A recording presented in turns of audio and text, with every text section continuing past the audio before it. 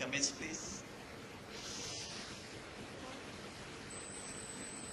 Can I kick off from the chair? My question is to Professor Prashant Pereira.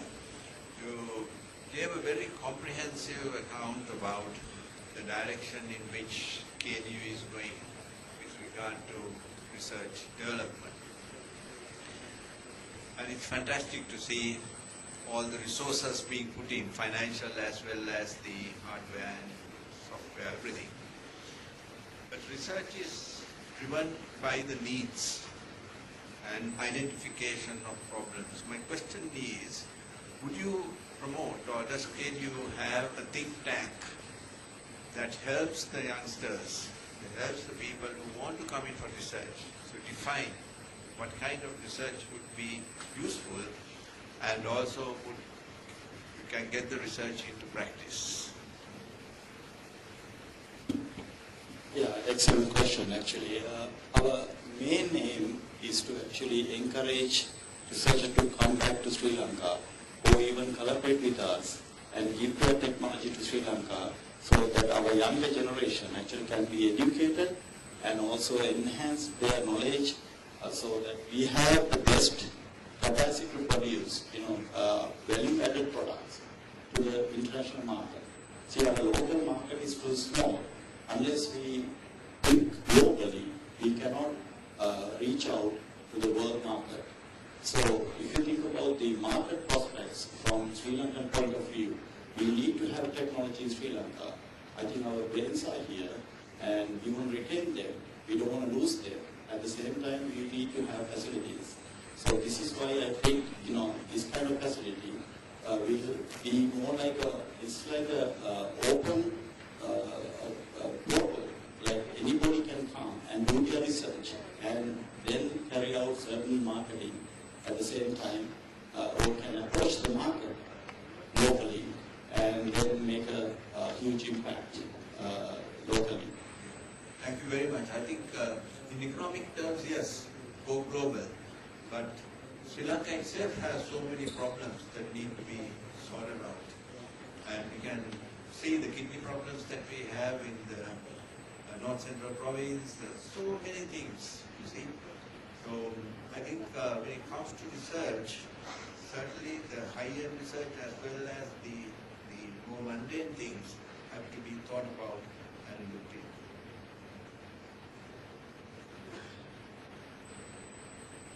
Certainly, at the beginning we might be thinking, how to attain the sustainability, and then we'll go back to the basic research much more, and then, address these fundamental questions we have. So it's not that, these questions are not global enough. I think it's globally important. At the same time, locally, what we have in Sri Lanka can be done very easily. If you have an analytical laboratory, you can measure the arsenic level or even DCT level in milk. So these are very, common, minor problems when you think about, globally or even the facilities if you have in Sri Lanka.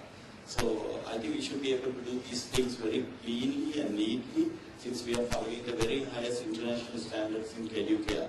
So our goal is to achieve the highest international standards so that we can address the local problems in the international arena and then make sure that they will understand our problems much more clearly.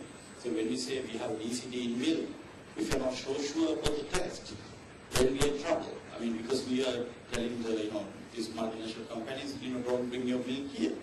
So then you have to understand, how we should address that problem. We need to have technology in Sri Lanka, not like sending a sample somewhere and say, we don't know how to do this test in Sri Lanka. So basically, I think that's where we are heading to. Thank you.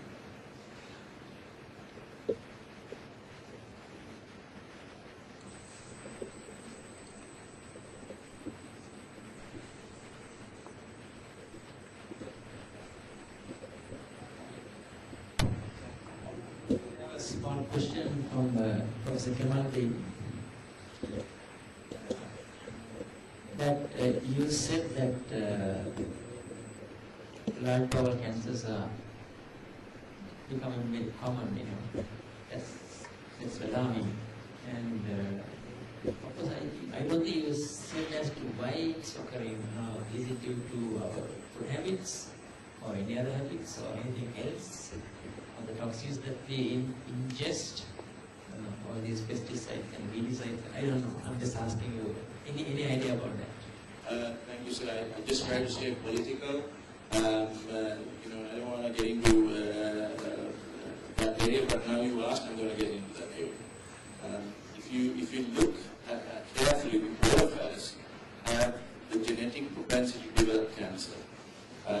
If we haven't got it from our parents, we will, over a period of time, as we grow on in age, there are mutations that occur as a result of us aging. So that is why cancer occurs mostly in elderly people, or people who are over a certain age. I wouldn't call myself elderly, but certainly over my age. That will never happen by itself unless there is a predominant genetic influence, unless there are environmental factors. So I think the genetics goes within the environment. And the things that are happening in the environment these days are not the best of things. If you look at, let me just take you back to an example where we look at colitis. Colitis, by the way, is inflammation of the colon. Ulcerative colitis is a specific inflammation of the colon, the reason for which people don't know why. But also, if you look, when we were students, ulcerative colitis was very rare. Everything was amoebic colitis.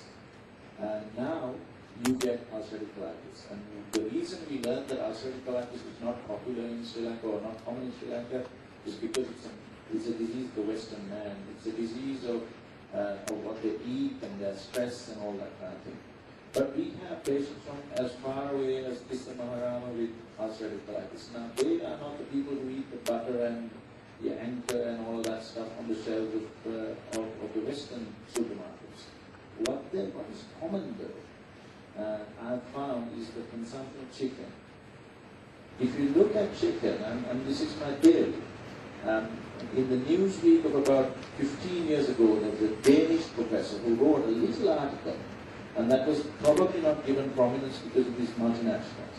And what he said is there's enough sale of tetracycline for drug companies to veterinary science than it is for human consumption. And what they do is they feed this chicken and the chicken feed with all these tetracyclines. Now we cannot afford the cost of meat, and we cannot afford it because it's high. So most of our people are beginning to eat chicken as their source of protein. And these chickens are fed to the kids from this Maharam, they're fed to your children, my children. And one of the things that we don't understand is they're predisposing and sensitizing them to chronic antibiotic use.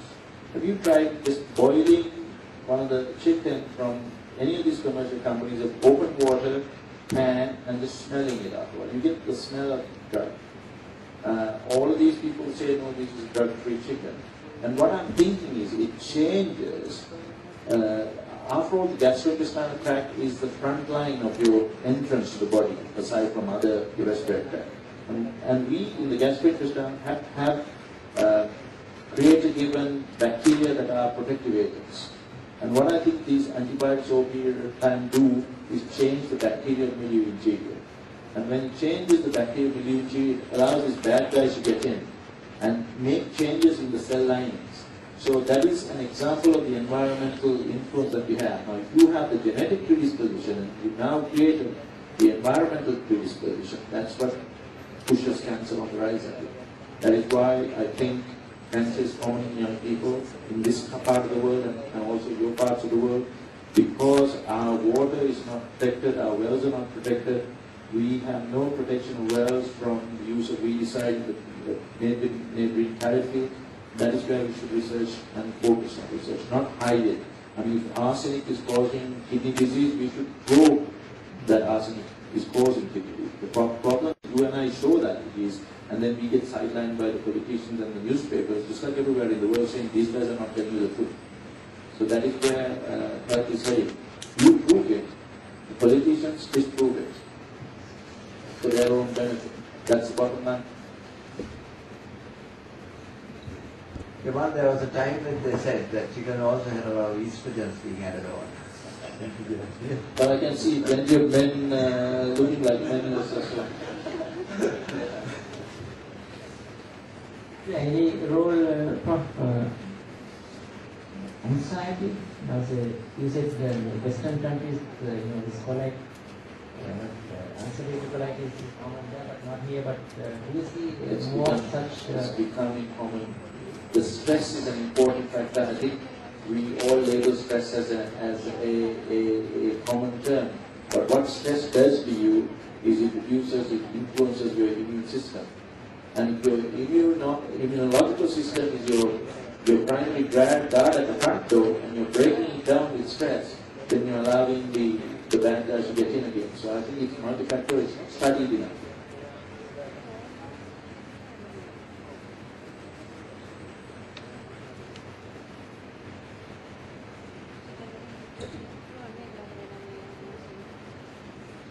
Okay, in the absence of any further questions or comments, it's my pleasant task to wrap up this session. First of all, I would like to greatly appreciate what Professor Roshan Perra had to say today. And in fact, the development of this institute would have been most welcomed by myself and our team just 10 years ago. Because we did some beautiful bit of research looking at the fluorinated oxycarbons that are used in wind sites on two sides of the Kalakale hill, the same hill. On one side was the Kalakale estates of the PRI, and the other side were the organic farm ones. And we found that there was a very statistically significant increase in the fluorinated oxycarbons of plasma and similar plasma and so on and so on, up to toxic levels. Now where did we get the analysis done was the problem. Fortunately, there was a Sri Lankan who was working in Japan. He took all our samples away and did the analysis in Japan. At that time, I said, if we can establish this assay here, it would be so much the better. And now the need is there because we are using so much of wind sites. So all the best to you and KDU to get this project off the ground. Professor Dr. Ghulam Mishra made a very interesting presentation of the prospects for lung cancer. It's definitely high-end stuff, but locally applicable to our region. So let us hope that the KDU can join up with it and then do the remaining. Kemal, you traced the realities of Bowel cancer, genetics and the preventive components. And may I comment that you're not elderly, because elderly is defined as over 60 now. And certainly not that, right?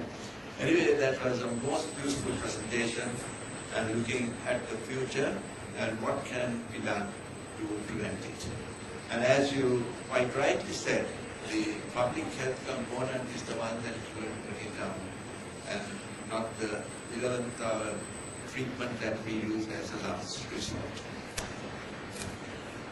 Vajra came out with a beautiful presentation, as usual, right, on the future regarding modern biotechnology to make it safer for all of us who have to use drugs at some point or the other, and by personalizing the care that each one of us receives. I think, Vajra, your message will be very important for the pharmaco-managers and the policymakers. I know it's a difficult route to get through, but let's keep on trying. So, ladies and gentlemen, may I, with my co-chairperson, Professor Jayantha, bring this session to a close by most sincerely thanking Professor Tilak Veerasurya and the KDU and all your staff who are here, who have given us this opportunity of chairing this session and, more importantly, learning a lot from it. Thank you very much indeed. We appreciate the presentations that were done in the traditional manner.